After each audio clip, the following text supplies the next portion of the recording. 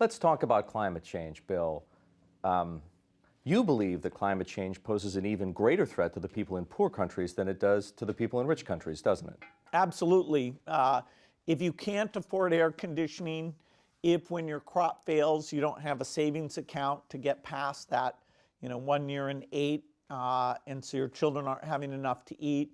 If you live near the equator where the absolute temperature is far higher than it is in the temperate zones, climate change is caused by middle income and rich people, but the people who suffer by far the most will be the poor. So it's very unjust.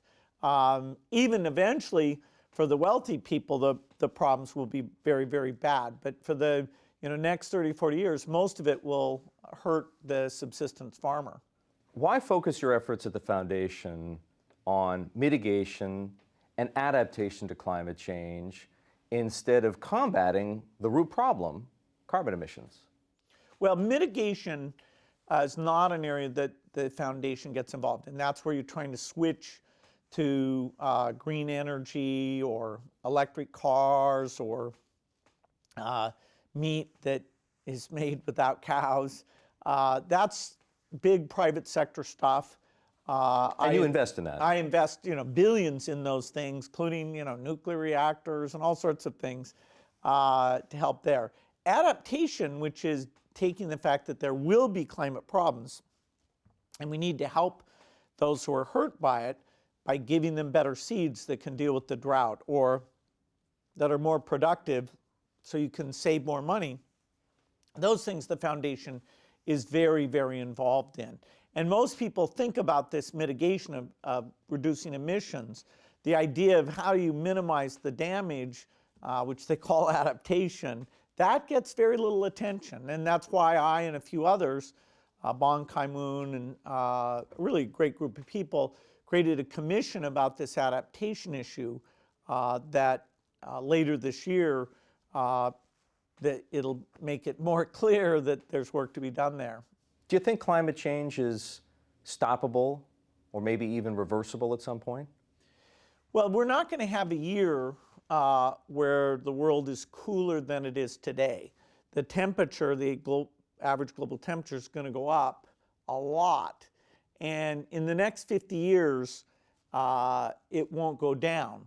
Now, deciding how much it goes up, does it go up by 2 degrees or 3 degrees or 4 degrees, that's in our hands.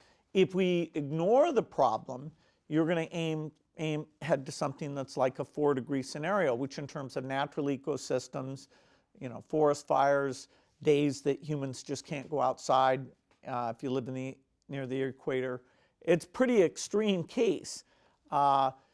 Knowing how seriously people are going to take it and what type of innovations will come along will determine where in that 2 to 4 degree range we are by the end of the century. And I certainly hope we don't run the experiment of being higher than 2 degrees, but it will take a lot of commitment and a bit of luck on the innovative breakthroughs to be able to get there.